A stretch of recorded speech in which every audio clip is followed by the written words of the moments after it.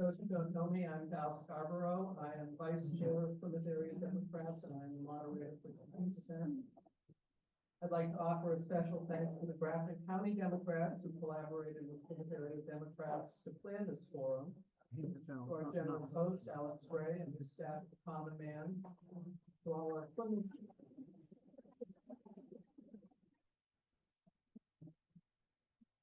to our Plymouth Police Chief, Alex Hutchins, who is here providing support for this event.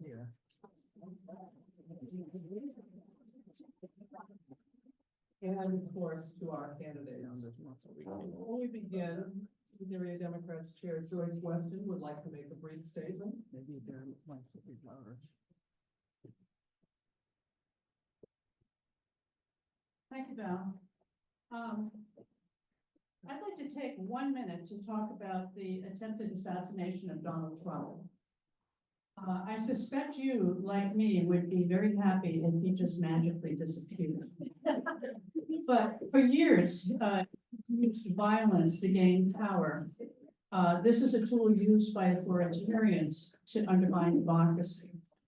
Now the MAGA folks are projecting their own violent behavior onto the Democrats, accusing us of causing this gaslighting. We know they're wrong, and to win the next election, we must show voters the difference between those with real positive policies and those that are just out for themselves. It's time to change the tone. So what can you do? I have an idea. On Thursday, we are opening our headquarters in Plymouth. Ray Buckley is going to come up to speak to us, and we're going to robust headquarters with a lot of canvassing and postcard writing and whatever. So we hope you'll join us. The address is 17 Railroad Square, and we're having the opening at 5:30 on Thursday afternoon. So please come and join us, and we hope we'll see a lot of you. See faces here. I want to see you often. Okay, thank you very much.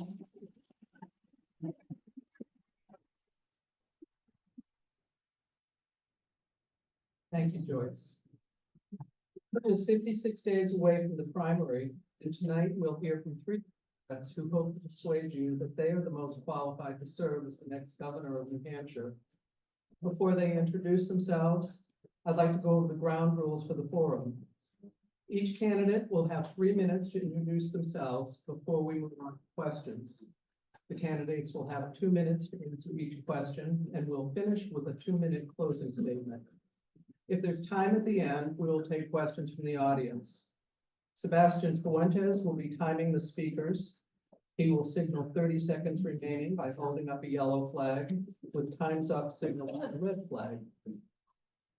And now our candidates, starting with Joyce Craig.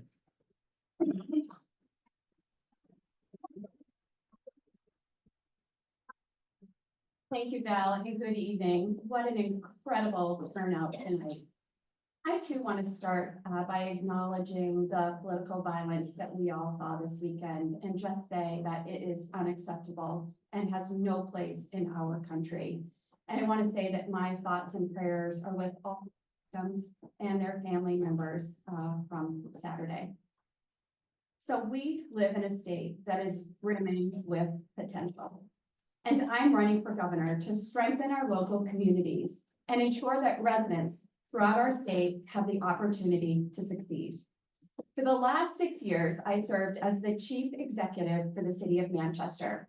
And local government is different throughout our state. In Manchester, we don't have a city manager. So it was my job to develop the annual budget of just shy of $400 million every year.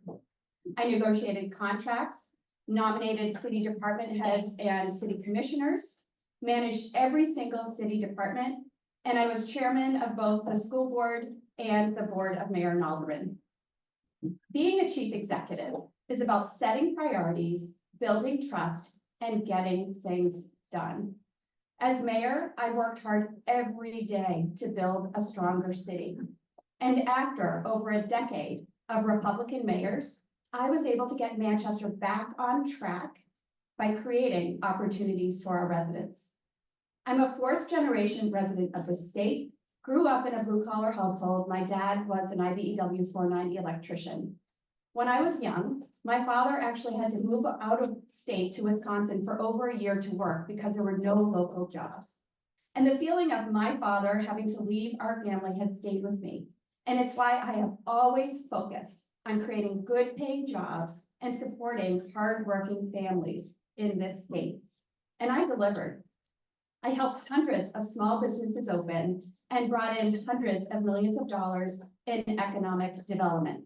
And today, Manchester has one of the hottest job markets in the entire country. And these jobs are creating opportunities for residents across our state. And I have always taken on the toughest fights and gotten results. So today in Manchester, we have over 2,000 housing units in development. We decreased violent crime by 40%. We brought in 7,000 new family-sustaining jobs. We strengthened our public school system. We decreased carbon emissions by 60%. And we protected reproductive freedom in the city. These are the same priorities that I will bring to the governor's office. I want to thank the Plymouth Democrats and everyone involved in organizing this event tonight, and I really look forward to the conversation. Thank you.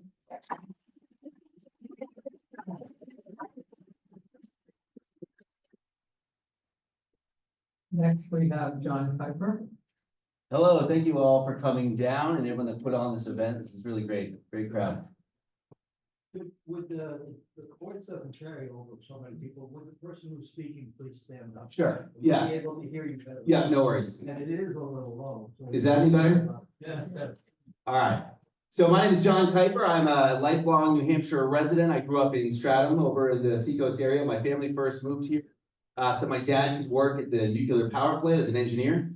I graduated from Exeter High School in 2001, and after that, I spent some time traveling around the world. I lived in Australia for a bit, came back to the US, opened up my own publishing company with which I published some books and some movies. And in 2015, I started my own restaurant called Johnny Boston's International, where I have lived above ever since. After I started my own restaurant, I decided I need to get involved in local affairs because we did not have enough parking in my end of town. So I got in the ZBA and the Energy Environment Committee and the Town Council.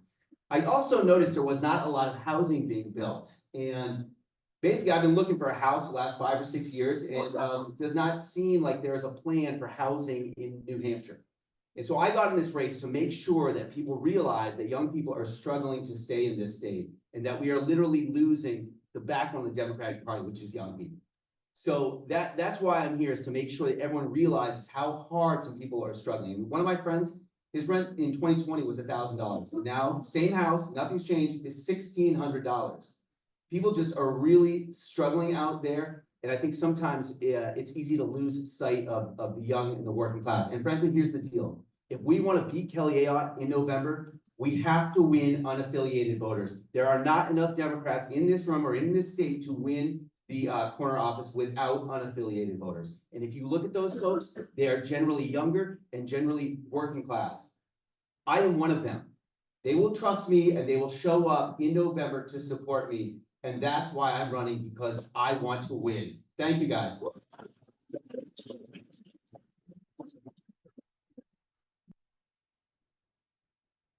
Thank you all. I'm Cinde Warmington. I am your executive counselor. Some of you know me as the person who has been fighting for emergency medical services up here in Grafton County, who has been fighting to keep Mascoma Health Center open and fund their dental program, who has been working on the flooding issues even this past weekend, who's been working to get broadband all across Grafton County, and who has been fighting this landfill every single day. And I am running for executive council because I believe that we live in the greatest state in this country. You want an upgrade? But that we have real challenges. You can hear? No, you said you're running for city. For Executive council. Oh, I'm sorry. So I'm running for governor because we need to give every single Granite Stater the opportunity to thrive in our state. And for me, that means making sure that we're addressing the issues that are impacting Granite Staters the most. And so you have seen me for the last 4 years as the only Democrat on the Executive Council fighting for affordable housing, for childcare, for the environment, for reproductive health care, for public education. These are the issues of our day. Climate change. I'm the only one in the whole council that can say climate and change in the same sentence. These are the issues of our day. And I have been standing there fighting. And some people ask me, where do you get the grit to do that? Well, when I was young, my dad worked at a shipyard. My mom waited tables to make ends meet. They had 4 kids in 5 years, but they were still able to buy a little house, put a roof over our heads, give us a great education, and I got to be the first person in my family to ever go to college. But it wasn't always easy. My dad, a war veteran, struggled with alcoholism his entire life. My family went bankrupt when I was a teenager, so I knew at 15 that if I wanted to be that first person to ever go to college, I needed to pay for it myself. I was financially independent by 17 years old. So when I come at the housing issue, I come at it from the perspective of someone who knows what it's like to need a roof over your head. When I tackle the education issue, I come at it from the perspective of someone who wouldn't be standing here today if not for public education. When I come at reproductive freedom, I come at it from the perspective of a mother and a grandmother who is bound and determined to protect the rights of our next generation. We can do this. We have a real opportunity in this election. Let's do it together. Thank you.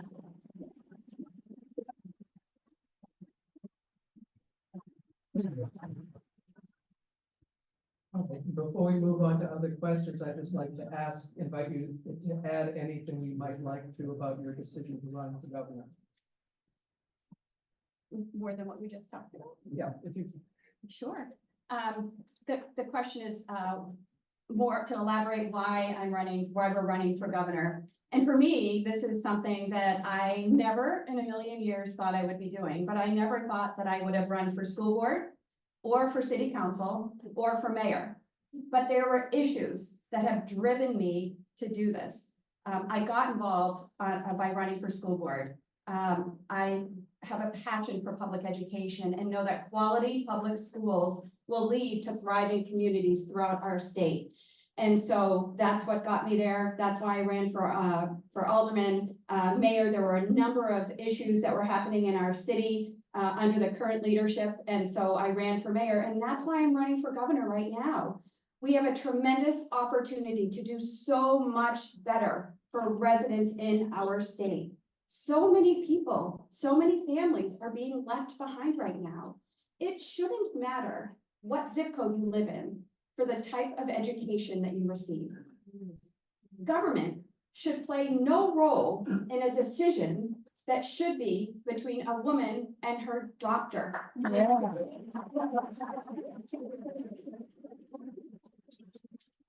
And we need to ensure, as John mentioned, that young people, seniors, hardworking families in our state have a place to live, can afford to live in our state. There are many issues that we're facing, but these are the issues that are driving me to run. And again, I have the experience of making a difference in the city of Manchester. I know what it takes to get these done, and I really look forward to tackling these difficult challenges from a statewide perspective. Thank you.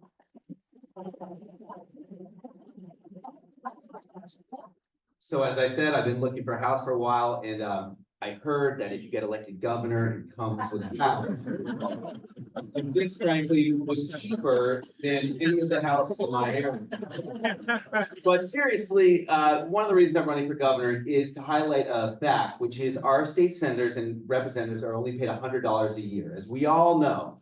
What many people do not realize is that number one, 80% of our legislature is either rich or retired. And New Hampshire is the only state in the entire country that does not pay its legislature. 4 states like Louisiana, Mississippi, Alabama, they find the money to do it. Because what we have in this state is not democracy. It's gerontocracy ruled by the elderly or plutocracy ruled by the rich. Okay? And this is why there are no houses for people like me, because people like me are not in Concord. We can't afford to do it. And frankly, I've seen some of our county chair people literally begging people to run for state rep. And the people being begged to do it are saying, you know, I'd rather just enjoy my retirement, but if I have to do it, I'll go up there and fight. But this is not a fair system. It's not working, and it's time we modernize New Hampshire and create real democracy in this state. Thank you.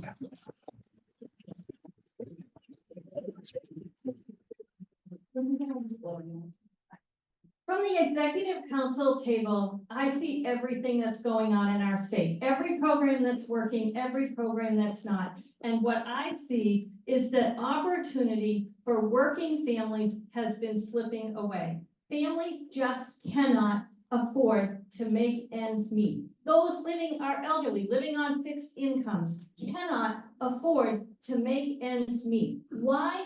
Because we have an administration that doesn't make their decisions through the lens of that working family. That is what we should be looking at.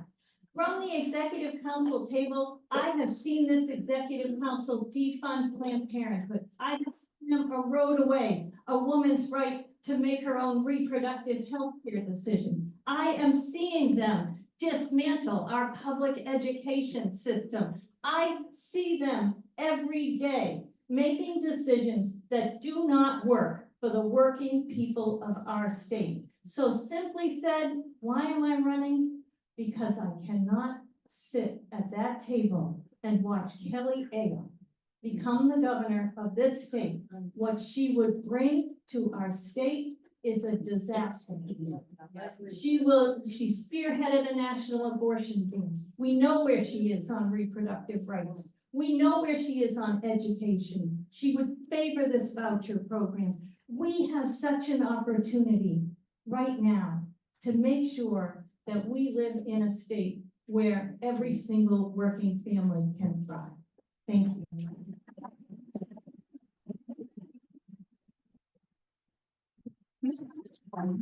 All right, I think we'll start the next question with Cindy. What can the state do to generate more income, and how would you disperse those funds? So we get this question a lot, and I just want to be clear that I just explained how I'm going to make decisions through the lens of that working family. Let me be clear. The last thing working families need right now is an increased tax on them. The last thing businesses need right now is an increased tax on them.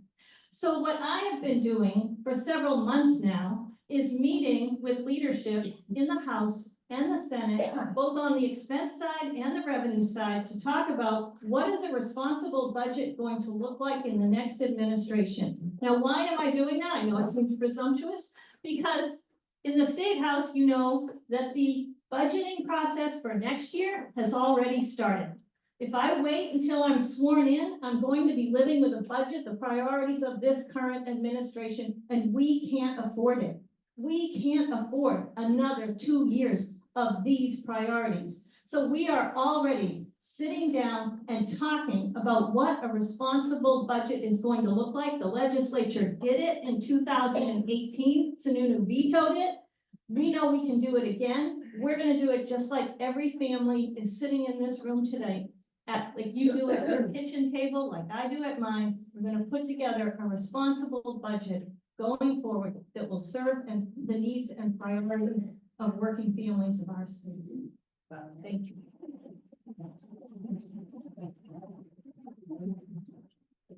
Same question? Okay. So I've got a couple ideas to generate new revenue. One way I would like to legalize cannabis, sell the same way that we sell liquor, and put the proceeds into affordable housing through the New Hampshire Housing Authority. This would generate probably $80 to $100 million a year. Another idea that I think would be really good is there's about 60,000 second homes in the state of New Hampshire. We have one of the highest rates in the entire country. And I'm willing to bet about half of those are owned by people that live out of state. Could we tack a little $1,000 tax on people that live out of state who have second homes here? That'd be roughly $30 million, which is roughly a wastewater treatment plant for the North Country or the Lakes region, which they desperately need to build more affordable housing.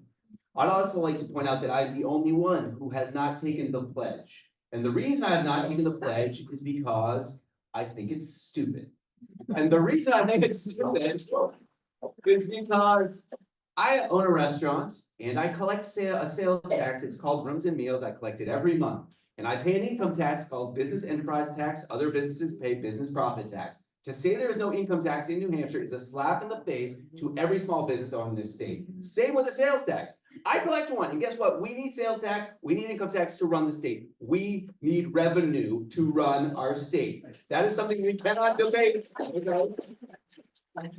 The Republicans like to say that taxation is theft, which I would say taxation is simply the cost of having a civilized society in which we have roads and water and schools. And I think we can all agree that we need those. And I'll tell you something. The Republicans that I talk to at my restaurant, because I don't have the luxury of not dealing with Republicans. I have to talk to them all day long. And I'll tell you something that I've been hearing from them that I think is very, very interesting, and libertarians. They have said to me, Johnny, I never thought I would say this, but my property taxes are so high, I will talk about a sales tax or an income tax. Thank you.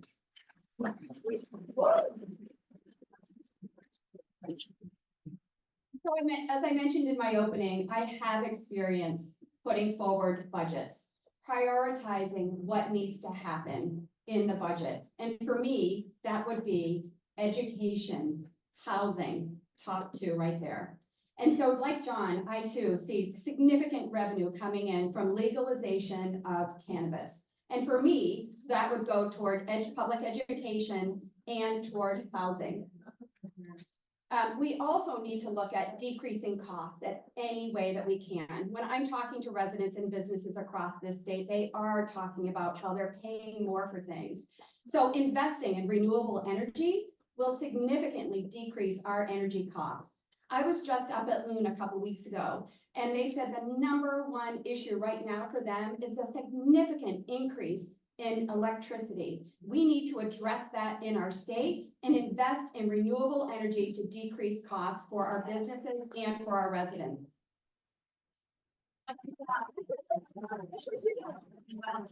And lastly, as a mayor, I took advantage of applying for every single federal grant that I could, and I will do the same thing as governor. So as mayor, I applied for a very competitive federal grant.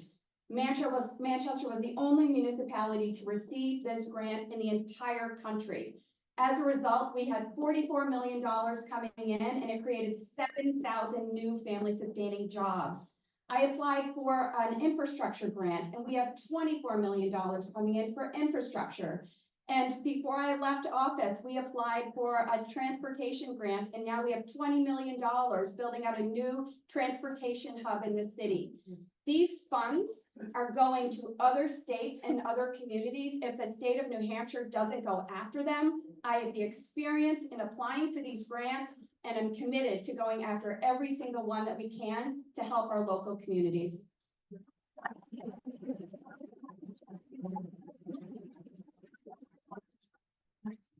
Thank you. And John, we can start off with the next question.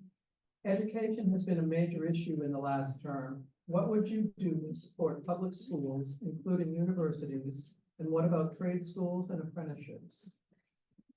So education is the backbone of democracy, and I think sometimes the Republicans forget that. I definitely would do away with the freedom vouchers. I think that is antithetical.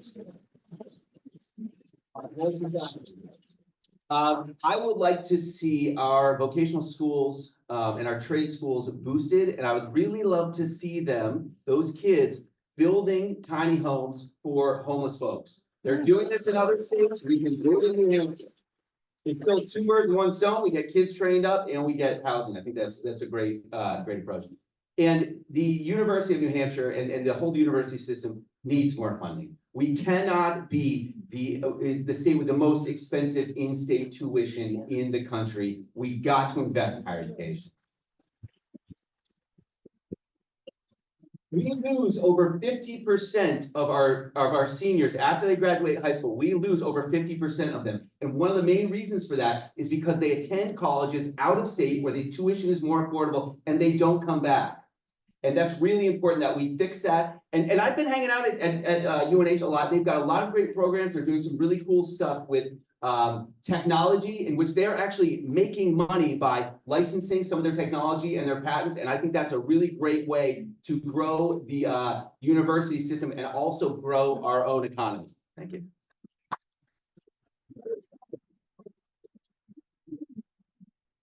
Thank you. Well, let's start with public education. You've probably seen me going toe-to-toe with Frank Edelblut at the executive council table over his so-called freedom accounts. These are accounts that do nothing but dismantle our public education system by diverting taxpayer dollars away from our public schools and into private and religious organizations. This has to stop. We're talking millions and millions.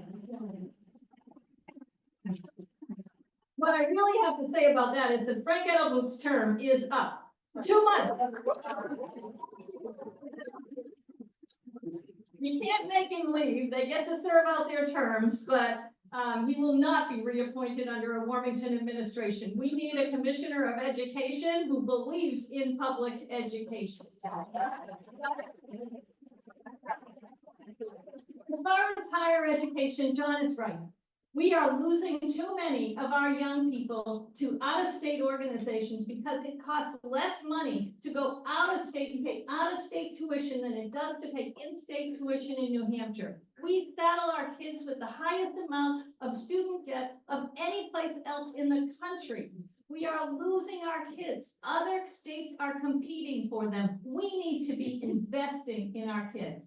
And on the executive council, I have been funding apprenticeships programs throughout my time on the executive council, vocational programs in our schools. It is critically important that we put together these private-public partnerships. So we are partnering with businesses to make sure we're developing the talent that we need of tomorrow, the economies that we have of tomorrow. We're seeing this in some places already, working in our state, with nursing programs, partnering with hospitals, with psychiatry, mental health programs, partnering with the private sector. This we need to do more of to make sure that we are training up the young people in the workforce of tomorrow. Thank you.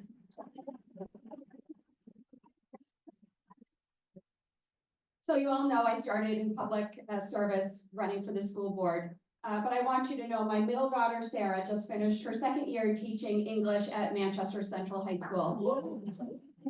I will tell you that my husband, Mike, and I are tremendously proud to have a public school teacher in our family.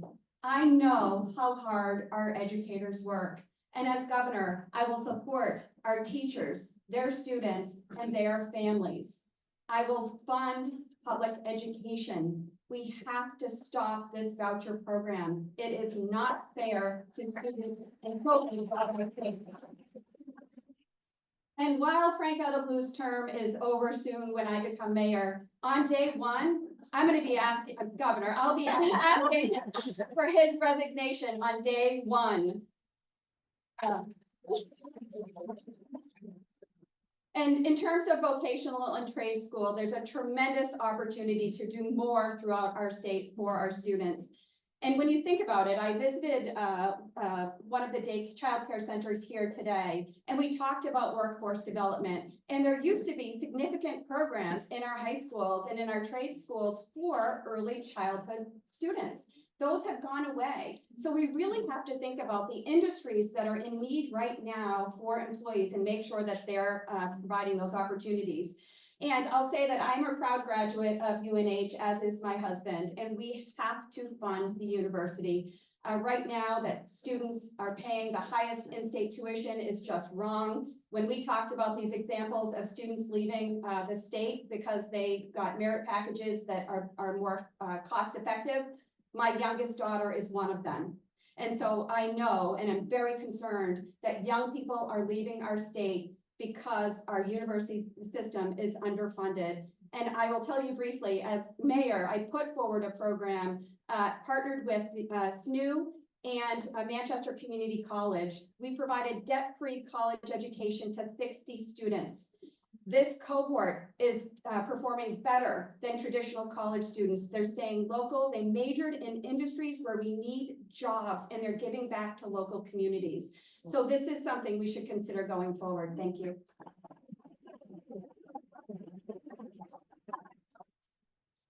All right, thank you. Joyce, you would start the next question. Gerrymandering has obviously shaped New Hampshire's district maps. How could you make them more fair? We all know that the gerrymandering has affected elections in our state. And I was talking to a number of people here, and boy, do these elections have consequences.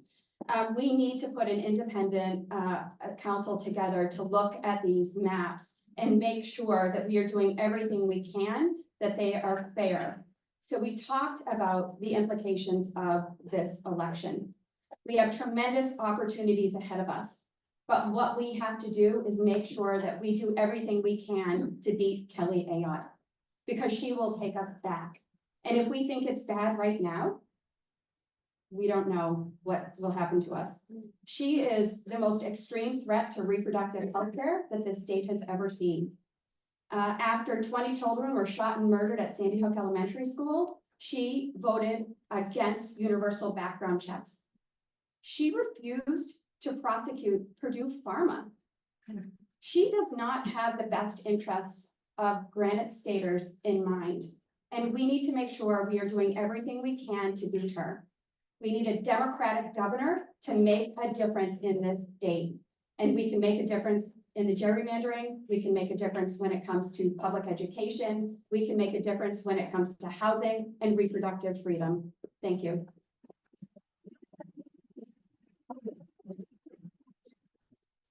So in 2030, when I am on my third term as governor, we will have majorities in both houses, and we will be able to write the districts, we will be able to do our own gerrymandering. But what I will propose is that rather than gerrymandering ourselves, which would be very tempting, there's a very easy solution to this, and we can just use technology that is available. Artificial intelligence, algorithms could do all of this in a way that was totally politically neutral. I use, it's kind of scary sometimes people talk about artificial intelligence being a bad thing. I don't think it is. I use ChatGPT a lot in my restaurant, and I think we could use it in a very simple way that I think the Republicans would agree to, because it wouldn't be us or them. It would just be the robots doing the thinking. So that's my thoughts on that. Thank you.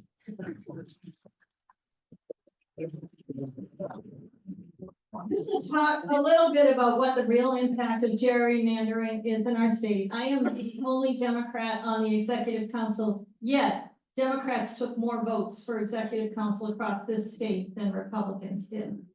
Right. That is also true in our Senate, and we right now have a 14-10 Republican advantage in the Senate because of gerrymandering. It is more difficult to gerrymander those floaterial districts in the House, but they did it the best they could. And despite the fact that Democrats took more votes in the House, the Republicans pulled a razor thin margin. The redistricting happens every 10 years. So 2030 election is critical. That redistricting will be done the next year. As the chair of the Democratic Party's platform committee, I oversaw the platform when we put in a requirement for an independent redistricting commission, and I would certainly be forwarding that legislation as governor. But let's just talk about what the impact of this election will be if we don't make sure that we put the strongest person at the top of the ticket. The way you overcome a gerrymander is to win decisively. What that means for Democrats in the election, in the Executive Council, Senate, and House is something at 52 or 53%. How do you get to those kinds of numbers? You get to those kinds of numbers by putting the strongest person you have in the governor's slot.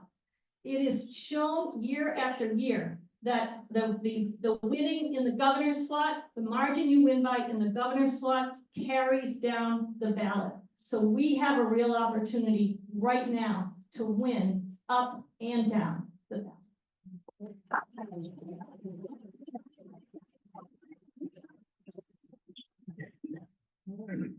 We'll start with John this time.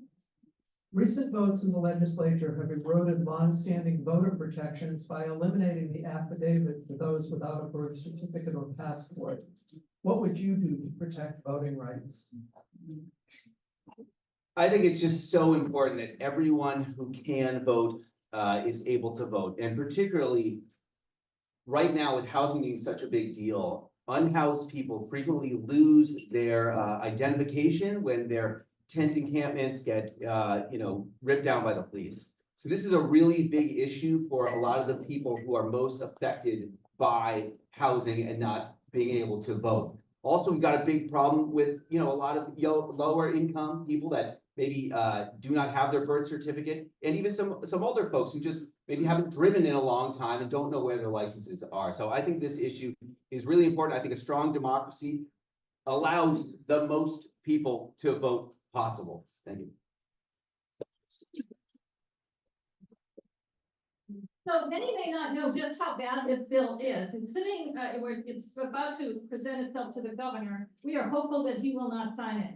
But it really will limit access to the voting booth for many, many people across the state. If you, for instance, move, and you move from one ward in a city to another, then you go to register to vote on election day, you're gonna have to produce something that shows your address at that point.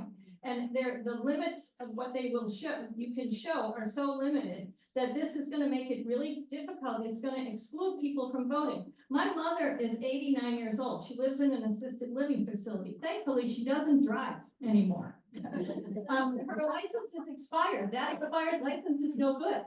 So what is someone in her position supposed to do to prove citizenship or residency? This is, yes, you may not know this, my husband, Bill Christie, is the premier election law lawyer in the state of New Hampshire. We are actually the ones fighting this battle. We talk about this at my kitchen table day in, day out. We eat, drink, sleep voting rights in this state, because voting rights, all of our rights are precedented upon the right to vote.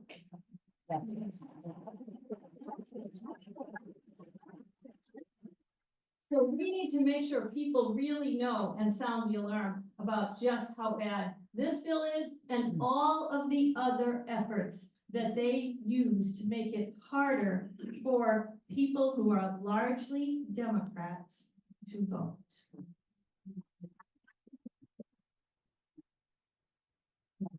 So I want to be very clear. I would veto anything that came to mind that limited access to voting. Everybody who can vote should be able to vote, full stop.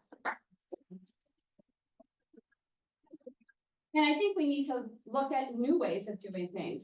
No excuse absentee voting, automatic voter registration. We should be making sure, again, we are doing everything we can to enable people to vote. So as mayor, it's exactly what I did. We translated voting information into various different languages. So communities throughout our city knew who was on the ballot and when the election day was and had the appropriate information to vote. We provided free public transportation on primary day and on election day. And when the state with the HAVA funds refused to pay for the new election booths and the laptops that I can't remember the name of, I'm sorry. Yes, thank you. I put those in my budget. And we did that in the city of Manchester. So we decreased wait time, which we know sometimes is an issue for people. So no longer do you have to wait in line based on alphabetical of your last name. You can just go to the first person, vote, and you're all done. We need to look at things that are working across our country and do everything we can to make sure that individuals in our state who should be voting have access to the ballot box. And I am committed to making sure that happens. Thank you.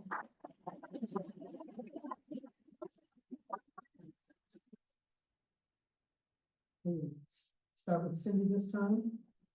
Climate change has made a negative impact on New Hampshire industries such as winter sports, maple sugar, and so forth.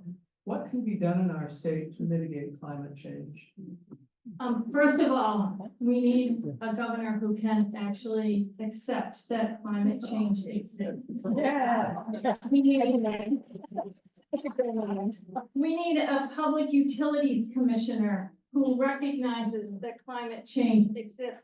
We need a department commissioner of energy who recognizes that government has a role to play in addressing climate change. This governor is absolutely tied to the fossil fuel industry, and it is costing us. New Hampshire is being left behind other states. This is why I am the only candidate in the race who has put forth a comprehensive clean energy economy plan, because we can and should be addressing climate change and taking advantage of the job opportunities that come with a clean energy economy. We should be moving towards net zero emissions by 2040. We should be leading in the electrification of the transportation sector in our state. We have the fewest EV charging stations of any state around us. We're becoming a donut hole here that people will drive around. That hurts our tourism industry. All of this is because Sununu is totally tied to the fossil fuel industry. We need to invest in energy efficiency and in renewable energy and take advantage of all the job opportunities that are coming with that.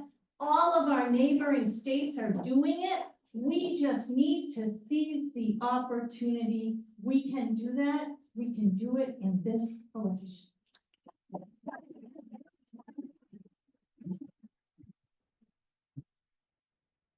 When I'm governor, we're going to sue ExxonMobil to hold them accountable for knowingly causing climate change. They hired their own climate scientists in the 70s who told them that this would happen. They knew, and we need to hold corporations accountable. Vermont's doing it, California's doing it, a bunch of other states are doing it. There's going to be money available, and frankly, we are going to need money to deal with flooding all around the state, and especially on the seacoast particularly. And I do not see any reason why the taxpayers of New Hampshire should pay for this while ExxonMobil and the other petroleum companies make billions of dollars in subsidized profit. It makes no sense. You know, my electric bill has been going up every year. I own a little restaurant, and the AC gets more and more expensive, and I do not understand why we are making ourselves pay when they are there and we can hold them accountable. Another thing I'd like to do is see statewide composting. Getting food out of our trash stream would save us a lot of money and would significantly increase the amount of methane being released. Another very simple thing we could do, charging stations at all the liquor stores and all the state parks. We've already got it there. You know, I think it's really, really important that we focus on environmental issues if we want to beat Kelly Ayotte. Because what we need to do to beat her is to get young people excited to vote, and what they want to hear is that somebody is fighting for their future. Thank you.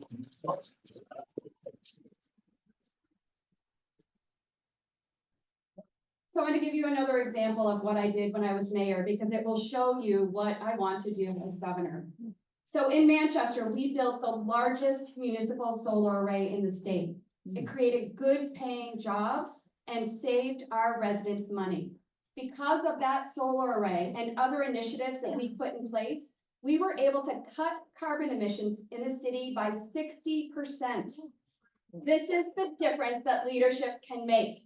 We can be doing this in every single one of our communities throughout our state. Energy efficiency programs in our state need to be better funded. We need to get the money out on EV stations. We have the money here. We just need to get it out throughout the entire state. It is affecting North Country and other places. We should be implementing these programs right now. These opportunities will provide us an opportunity to decrease costs, increase opportunities for clean, renewable energy, and then really transition away from fossil fuel. It's the right thing to do to save our residents money and to preserve this beautiful state that we live in. You all know, I mean, where you're living here is incredible. We can't afford not to act. We have to act now and take action to address climate change. And when we're talking about these storms and seeing these storms come through, they used to be once in a lifetime storms. Now they're coming almost once a year, wreaking havoc on your roads and bridges. We need to start building infrastructure to withstand these storms, so you're not taking on the burden at the local level. Thank you.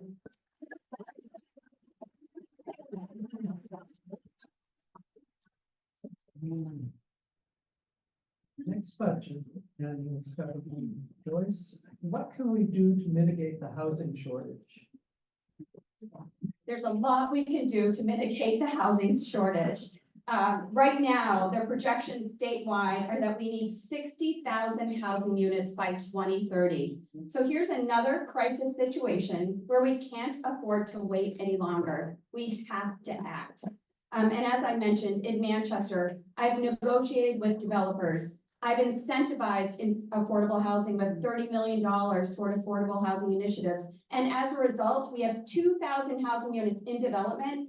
And in December, we broke ground on one of the largest affordable housing projects in the entire state. I have the hands-on experience of getting this done. And I know what it takes to work with local communities, which is so important. We need to make sure when we're talking about housing and building housing, that we're working with local communities to build housing that meets their needs. And as I'm traveling around the state, I hear from many of the smaller local communities who say, we want housing, but you know what? We don't have the infrastructure. We don't have the water and sewer. And we can't afford to put that on that tax burden on the backs of our local taxpayers. So we as a state need to understand that and work with the federal government to get that infrastructure done so we can start building housing that's desperately needed for our hardworking families, for our seniors, and for our young adults in this state. We need to also think about incentivizing and making sure we are providing New Hampshire housing with more funds. Because right now, after COVID, we've seen a 50% increase in construction costs. So it's costing more. But I will tell you again, this is one of those situations that not doing anything, if we don't build now, the cost is going to be much worse for all of us. This is the number one issue that comes up as I'm traveling around the state, speaking with residents, speaking with businesses. We have to address this housing crisis, and I know what it takes to get it done. Thank you.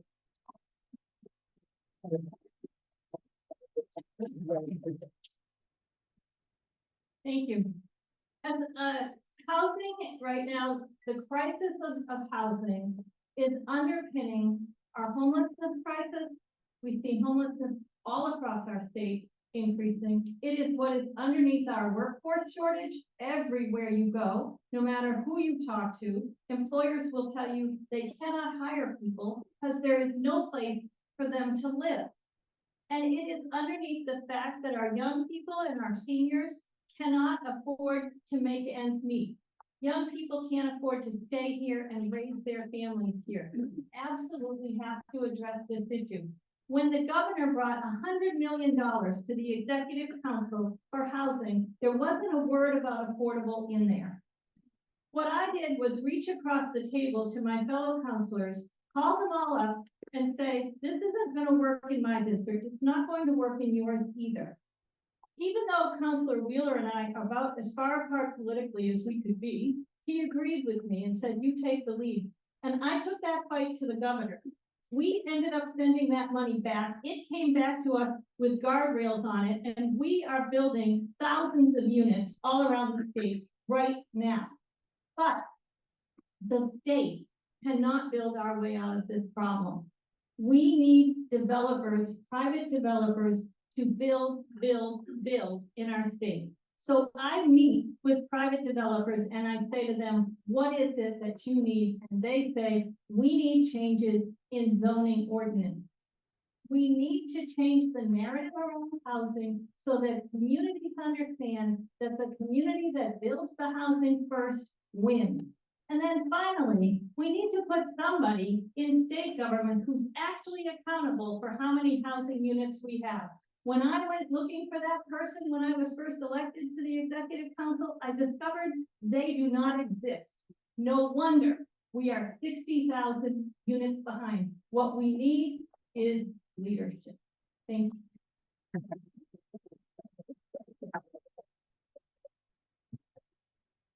When I got on the zoning board of adjustment in Newmarket in 2016, I learned about little things some of you may have heard of called an unattached ADU, or accessory dwelling unit, which at the time we were not allowed in Newmarket. And I thought that it was a flaw, that they just didn't quite understand that, it doesn't really make sense if it's connected, that you can do it, but it's unattached, you can't. So I thought, they'll just sort this out very quickly. 5 years later, after I kept harassing the planning board and the town council, the zoning board, I think, guys, we had a number of meetings and finally we got it through. But what I learned in that was that we can't spend 5 years to get one type of building done. We're gonna need a lot of different types of housing to fight this housing crisis, because what works here is not gonna work in Manchester. What works in Newmarket is not gonna work in Berlin. So really, it's about creative solutions. That's what we really need, and that's what I can bring to the table. One thing I just saw they're starting to do in a city in California is they are creating free engineering plans that the city is offering for unattached ADUs, for tiny homes in your backyard. And this is just going to save the developers a lot of time and money. And that is the kind of solutions we need to find. Because fundamentally, the housing crisis is really only happening for one reason, and that's because of our Byzantine planning and zoning laws. That's it. That's the only reason. There's other reasons, but there really aren't. We're going to need more wastewater treatment plants in some areas, but really the biggest, hardest obstacle is going to be educating planning and zoning boards that if you block this apartment, you're not just hurting your town, you're hurting a couple towns over. And when homeless people end up in a place like Manchester or Rochester or wherever, they may have lived in a place like Newmarket before that. It's a statewide problem. We can't deal with this on a town or city level, or even, we got to look at it by the county, and we got to look at it statewide. We need a holistic approach in which everyone gets on board and understands that it's not the people who don't have housing that suffer, it's everybody that suffers when we do not have affordable housing. Thank you.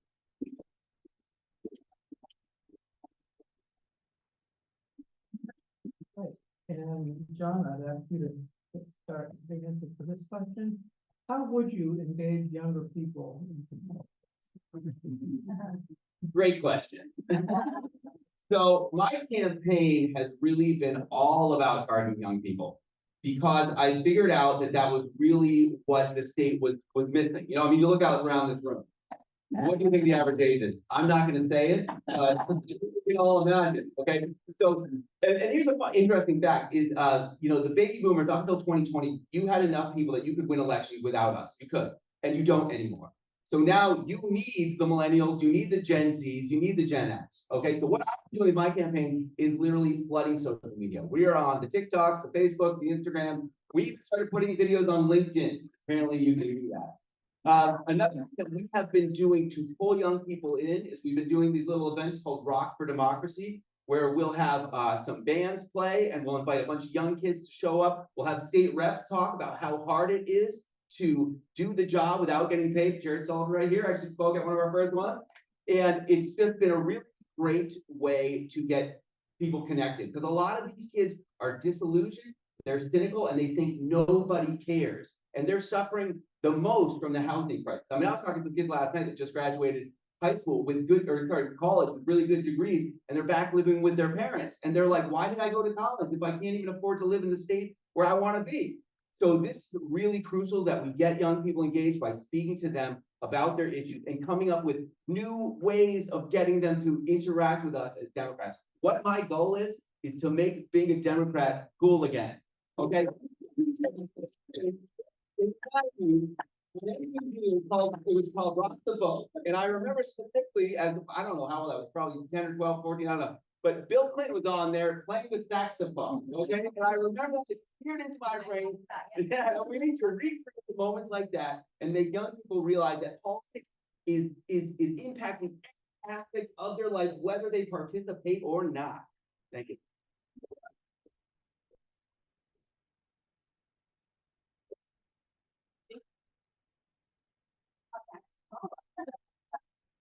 Young Democrat over here. So it is such an important point that we need to engage and listen to young voters. They are feeling disengaged. I have two young voters at home right now. And we need to make sure that we are listening to their concerns and making sure that we are addressing their concerns. Reproductive freedom, they can't afford to live here. We have to address the housing crisis, climate change, the university system. We've talked about these issues, but these are the things that are really driving young people out of our state. And what we need them to understand is that if Kelly Ayotte were to win, it's going to get much worse. She has spent her entire career attacking reproductive freedom and stacking the decks for millionaires like herself. So we have to do everything we can to beat her and make sure we are making progress on the issues that matter most to young people and to everyone in our state. As I mentioned earlier, I'm running to strengthen our local communities and ensure residents in our state have the opportunity to succeed. The only way that happens is if we elect a Democratic governor and bring back majorities to the state house. So for young people, we need them to understand that this is an absolutely critical election that will affect their future and generations to come. And in order to protect our freedoms in this state and ensure that people have good lives in future generations, we need young people to support us, to participate, and to vote. And that's what we are focused on.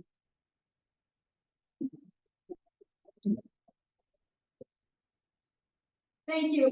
Young people in our state are not at Democratic Party meetings. If you go to high school Dems, you'll see some. If you go to college Dems, you see some. But if you really want to know what's going on with young people, you need to go to where the young people are. And that's what we're doing. Reaching out across the state to colleges and universities and to any place young people where young people are and talk about the issues that are important to them. But fundamentally, what we need in our state is to build the community that supports young people to stay here. What I often hear at the council table is the governor just saying, we're an aging state, as if we're just gonna age out. We're not gonna do anything about that, governor. So let's do the things that matter. Let's build a community where we have healthcare, where we have good schools so that they can raise their children, where we invest in pre-K. We're missing, children learn on this curve. We're missing that accelerated part of the curve. Families want to be there. They want to be in a community like that. You can't develop communities for young people to build families if they have to drive hours to deliver a baby, right? We have maternity deserts in our state. We have to build the communities. We need to build the childcare infrastructure out so that families can thrive in these communities. This is what we need to do to invest in our young people and keep listening to what they have to say.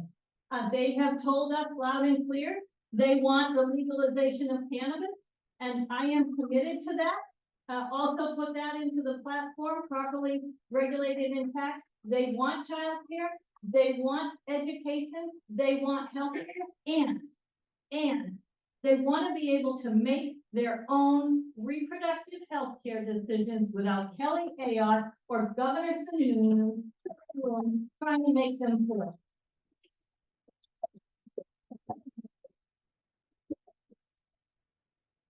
All right, we are close to being done with our time in this program, so I would now invite our candidates to make their closing statements, and we will start with Cindy. Thank you.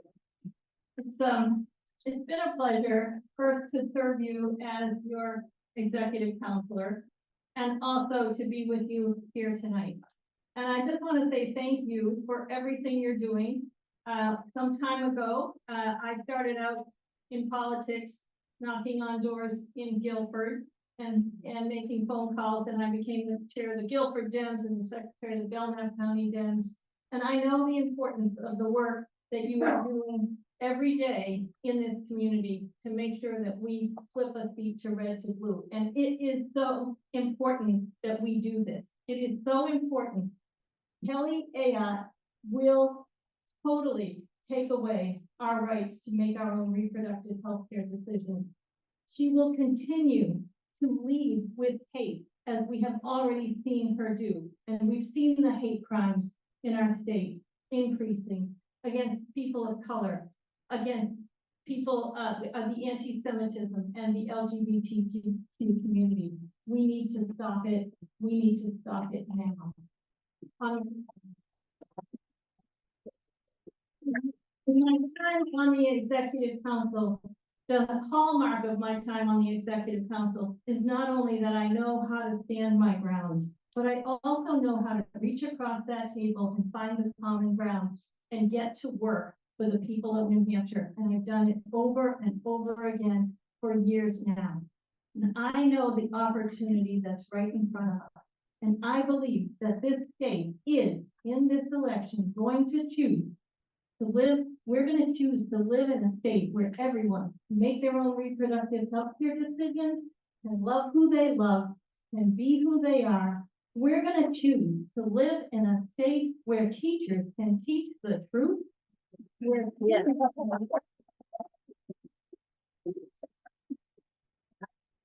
we can drink clean, PFAS-free water and breathe clean air. And we're going to choose to live in a state where every single working family can put a roof over their kids' heads and feed them and clothe them, give them a great education and retire with dignity. Together we can do it. I hope you'll join me on the journey. Thank you.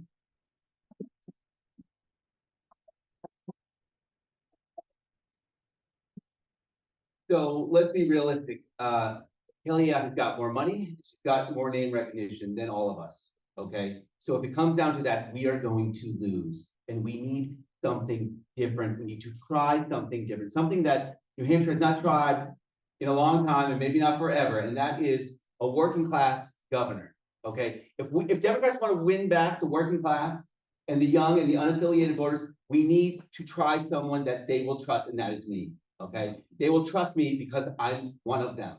All right. They're burnt out and they're cynical, but we are going to need them if we want to win in November. And I'm going to tell you something that probably a lot of people don't want to hear, but the young people right now are mad at Joe Biden. Okay. They are talking about not voting because they are mad at him. They do not understand how bad another Trump term would be. And they do not understand how bad a Kelly Ayotte term would be because they're too young. They don't remember who she is.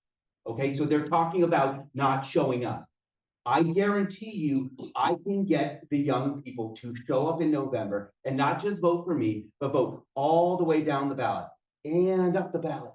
Okay, I think there's a lot of kids out there who are saying, I'm not going to vote for Joe Biden. And they won't if we don't get them in that polling booth. But if we get them in there, I'm pretty sure that they will. Okay, I'm pretty sure that they will.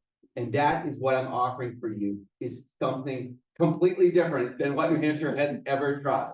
Thank you.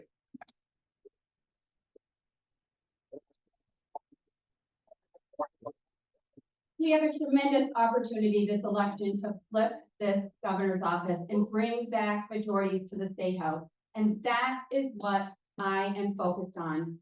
We have to beat Kelly Ayotte. I have set the fundraising record for any Democrat who has ever run for governor in New Hampshire. I have the resources in place to take on Kelly, which is really, really important. 18 major unions have endorsed my campaign. Teamsters, AFL-CIO, AFSCME, and many others. because they know I will always have the back of hardworking families in this state. And I know what it takes to win tough elections. I beat a popular 4-term incumbent Republican when I became mayor of Manchester. First Democratic mayor elected since 2003. It's a tough place to win for Democrats, but I've won there multiple times, and each time I've won, I brought more Democrats along with me. And I'm the only candidate up here that has ever flipped a seat from red to blue, and I'm going to do it again.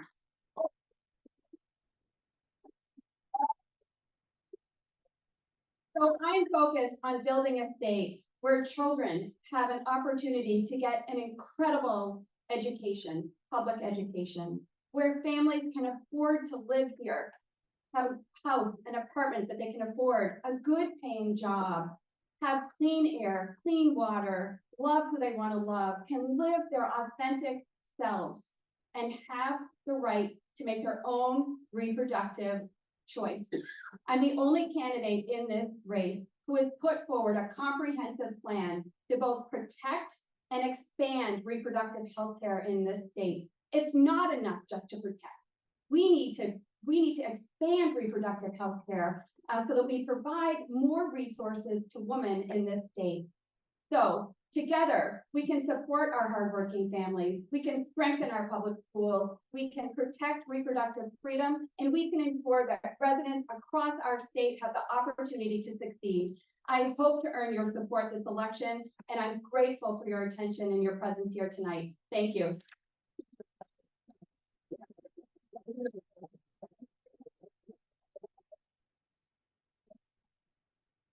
Fortunately, we have run out of time, so we won't be able to entertain audience questions.